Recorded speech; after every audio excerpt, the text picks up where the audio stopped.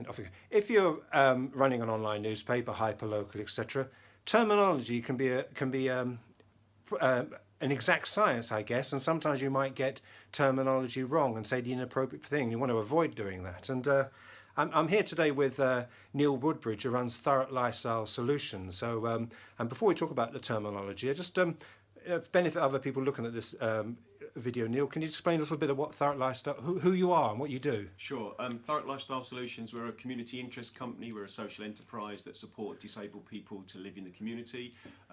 We've been had a good relationship with Michael for a number of years. He reports really positive stories about us, and yeah. Having said positive stories, sometimes I'd need a few corrections on the language that I've used. And I think the first time I might have described somebody as wheelchair bound. Yeah, that's a classic mistake, if you like. I mean, we're not into political correctness at all, but what we are into is the support of disabled people to move from passive recipients of care, bless, to active citizens in control. And just the words wheelchair bound, I know where you were coming from, but I had to write to you to say every time you describe someone as wheelchair bound, it's about having them strapped into a wheelchair. They can be a wheelchair user, ideally they're a person first. It's a bit like the MP that you support in Harlow, he happens to use sticks. Now I didn't notice that for ages, to be honest, because the issue was what he was saying, not the fact that he's a disabled person. He might then identify as a disabled person. That's different, and that's within his gift and what he wants to talk about. And I think one of the first times when I was putting Thorough Lifestyle Solutions in a channel, I put you in health. Yeah, that was a big mistake. Only because, and again, we wrote to you, or I've rang you up, because it's obvious when you see someone with Down syndrome, you're in a position where you might think, oh yeah, health is going to be supporting them. It's just not how it is. We will reach a world where I've got blue eyes, you've got green eyes, whatever, and the reality is that, so what? And it's the same with someone with Down syndrome and me.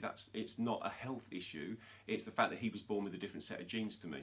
So would you say if somebody is starting an online newspaper or has an online newspaper, Hyperlocal, and isn't sure about their terminology or wants to avoid, now you probably say I still failed in 10 years, of using the wrong terminology, come and ask? Yeah, absolutely. I was just going to say the obvious thing to do.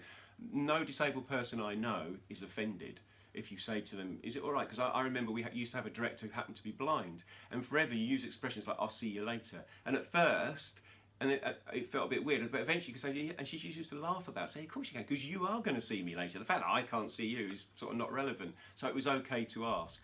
But it is, for us, we follow the social model of disability, Google it folks, which means you don't talk about people in terms of their impairment or their health label, but they are disabled by society, and therefore what's disabling someone isn't their impairment, but often people's attitudes. And the way to shift attitude is we don't use the word handicap now, do we? Because that used to stand for cap in hand, because all disabled people were beggars. That's where it comes from. Well, we don't want to use that anymore. So people are disabled people. They're people, but they're disabled people. And what's disabling them? Society. Neil, thank you very much.